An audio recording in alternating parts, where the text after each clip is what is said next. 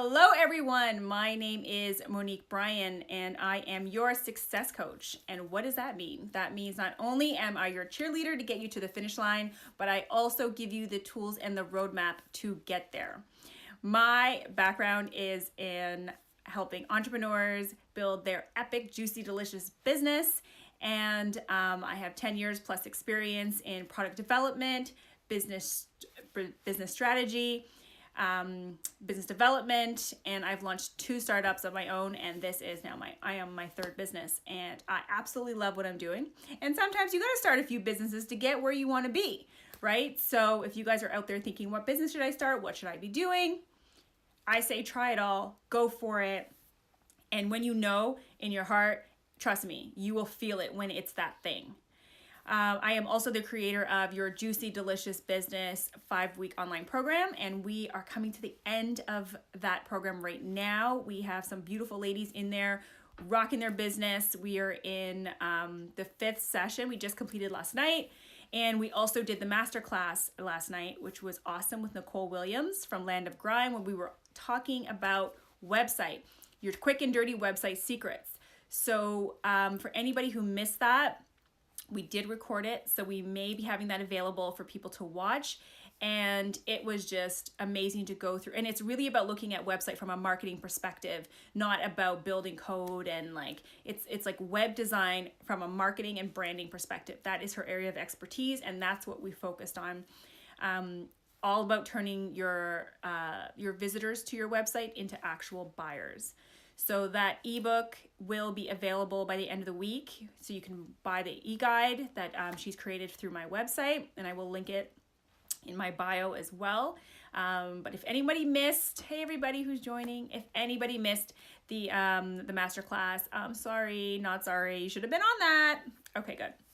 So how's everybody doing? How was your weekend? Mine was very busy. As usual, because I usually work my weekends and then take a day off in the week. That's just how it goes down. Today we are going to talk about, so you want to be the next Oprah?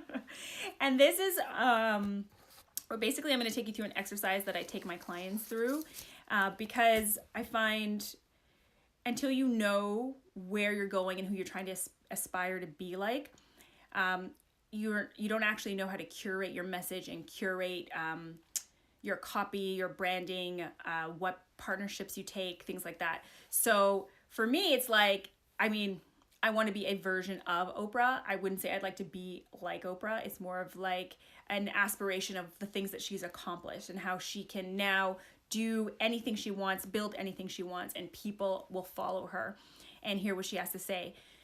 So my question to all of you is so who is your next Oprah? Like, who are you trying to be like, in the sense that if you were like them, with their brand, with their business, you'd be like epically happy. So I use Oprah because she's kind of like the Holy Grail, right? But you have your Holy Grail. We all know Oprah's the Holy Grail. It's fine. You pick who you want it to be. And the idea here is, do not reinvent the wheel. Okay? You don't have to start something from scratch and be like, I don't want to be like anybody else, so I'm not going to look at anybody else. I'm just going to do what I got to do. And that is, commendable and unnecessary. That's just really the long and short of it. It's unnecessary because there are people out there doing what you're doing. And you could be looking to them for guidance on how to build what you want to build. Hey, Think, Eat, Be Well. Welcome, girl.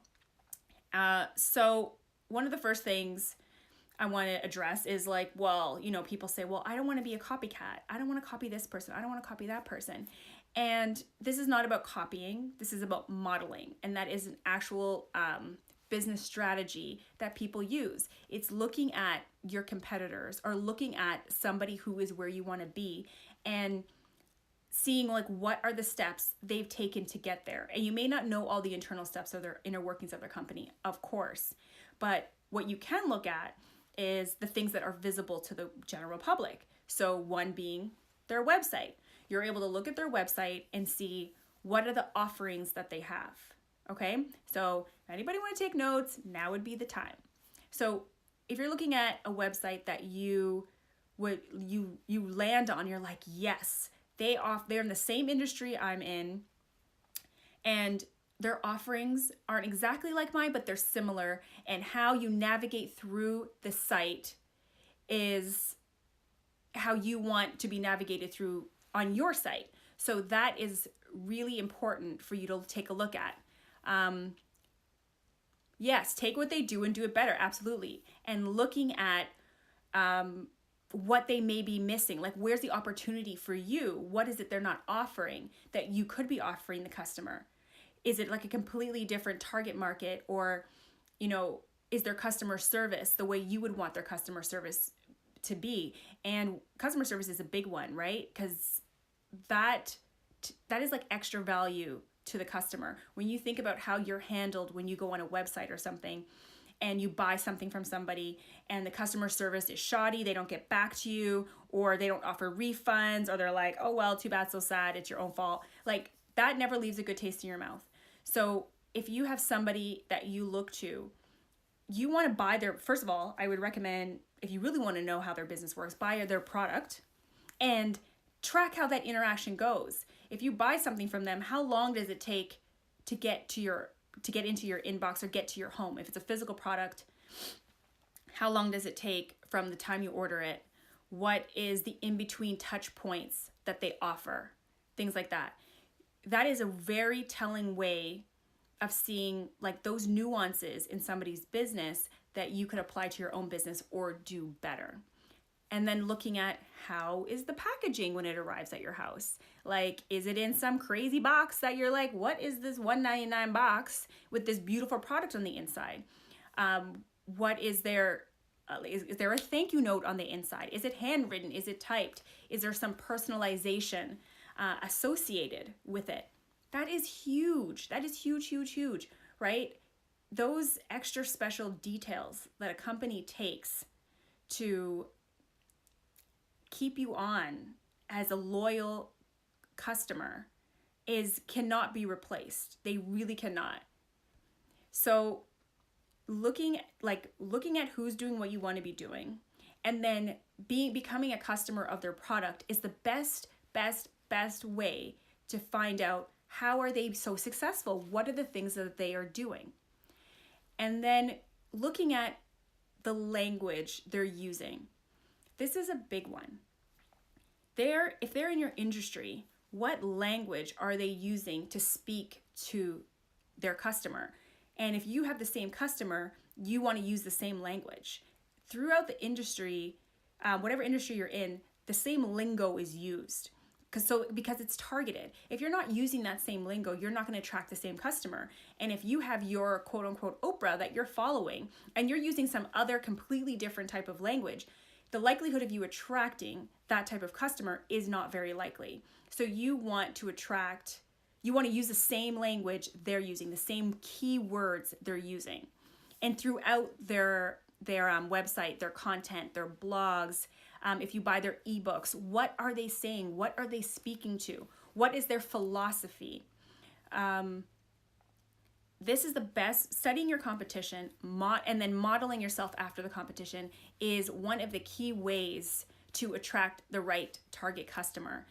The other thing is, everybody is really visual, is very visible. It's very visible on, thank you, Azetta. She's like, yes. Thank you, girl. It's very visible today, right? So if they're on social media, you can look at the comments that their clients, customers, followers are making about their posts and what they're offering. That is a key way to find out what is it your actual target customer wants. So if anybody has a question about that, please put it in the comments and we can address it here. We can address it now. You let me know.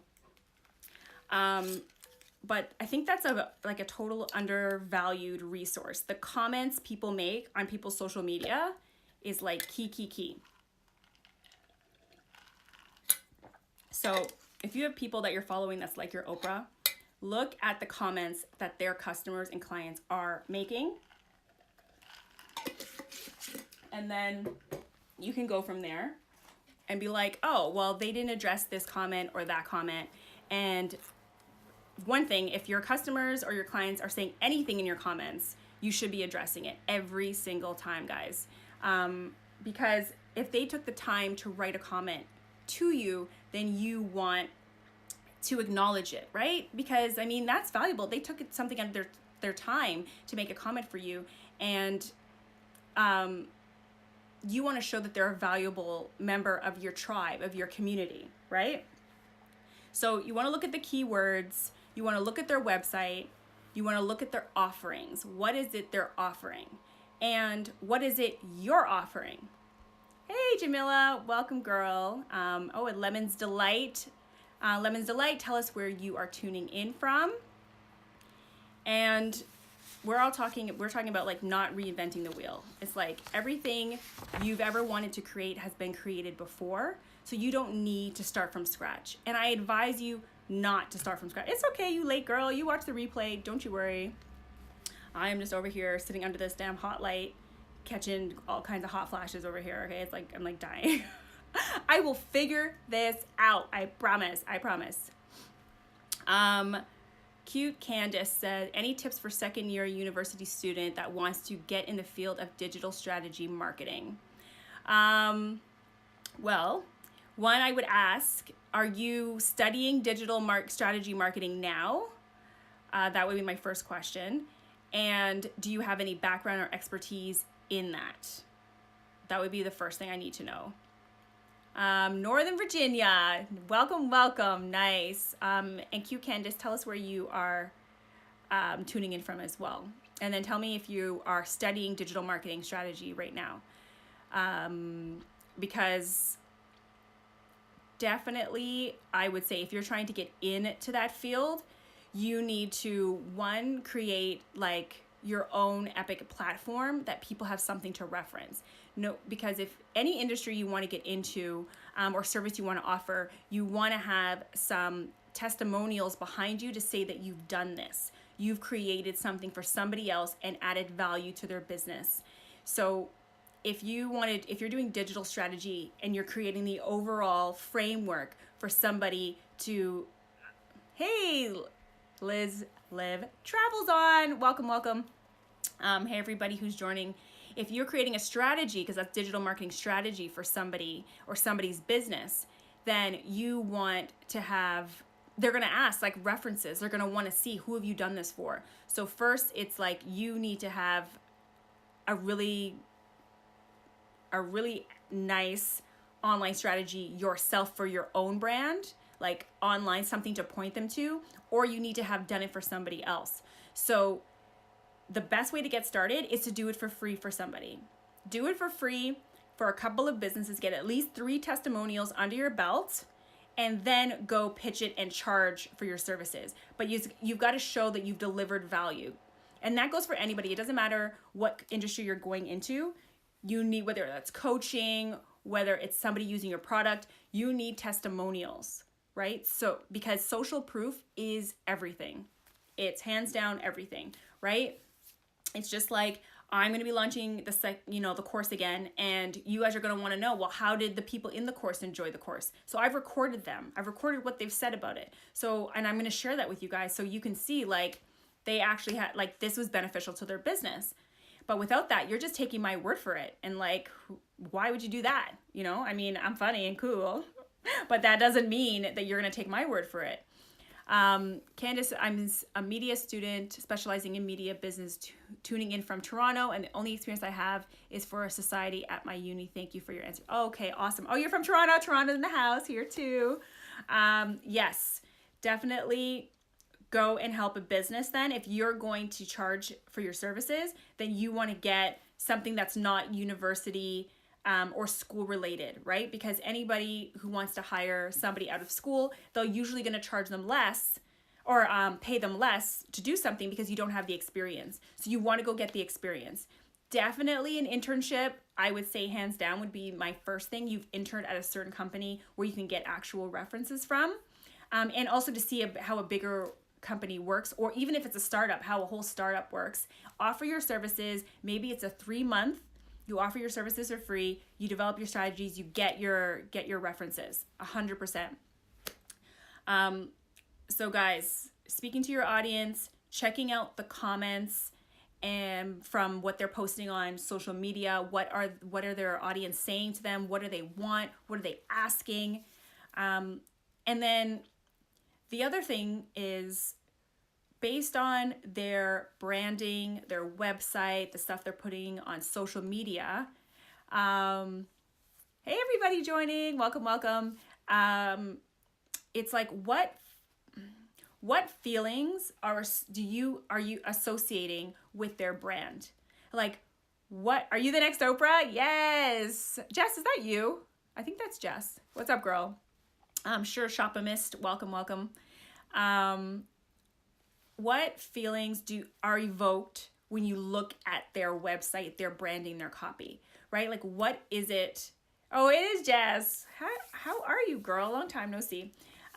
What feelings do you have associated with their brand, right? So when we think of Apple as a brand, right? Just because we all know Apple, they make phones, they make computers, but they're all about innovation, clean, simple, and easy, right? Like crisp, clean, simple, easy, and innovation. That is Apple. Apple computers, that's who they are. So for you as a brand, you want to ask yourself, what emotions do I want my customer associating with my brand? Because that will dictate how you build your website, the words you use in your copy, the words you use in your blogs, how you come across verbally and non-verbally about your business, right? You want to get those words really, like those emotional words, like down. You want to have them front and center whenever you're building anything.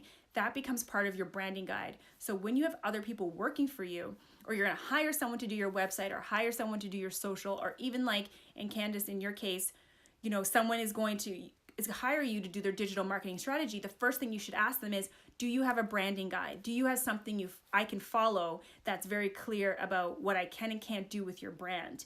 And if you're able to, when you know a brand is really crisp and clear, you're able to go on their social media or go on their website, and the website and the social mesh well together. You're like, yes, this is the same brand. This is the same person. I can hear their voice. Their tone is clear, right? And I don't mean like their voice. I mean like their voice of their brand. So you want to make sure you've got the voice of your brand down. So if you are wanting to be like a brand you see, you're like, is it their tone? Is it the voice? Is that same type of, if they're a vibrant, colorful brand, is that you? If not, that's fine. But then you're not going to maybe use the exact same adjectives and language that they use in their copy. You're going to use something more in line with your brand. So you want to find your different Oprahs to model, right? Because maybe it's, you like what they're doing in the world as an offering, but their message, the way they deliver it, is not how you would. So you want to have a different brands listed for what you aspire to be like, or what you associate with.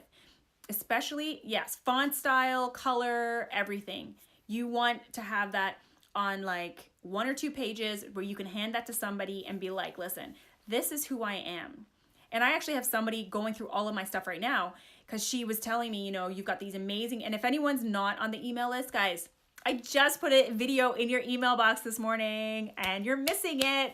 So my video and some other things, she's like, these are like very clear, your website, they're like strong, very clear. But then some of the copy I had for some of the other things that I'm building and offering, she's like, it's not the same. It doesn't sound exactly the same. So I'm going to tweak it so they mesh well together. But we have to have a conversation about who I am as a brand in order for her to execute on that. You don't want to hire somebody. The worst way to waste your money is to hire someone and not have your brand messaging clear for yourself.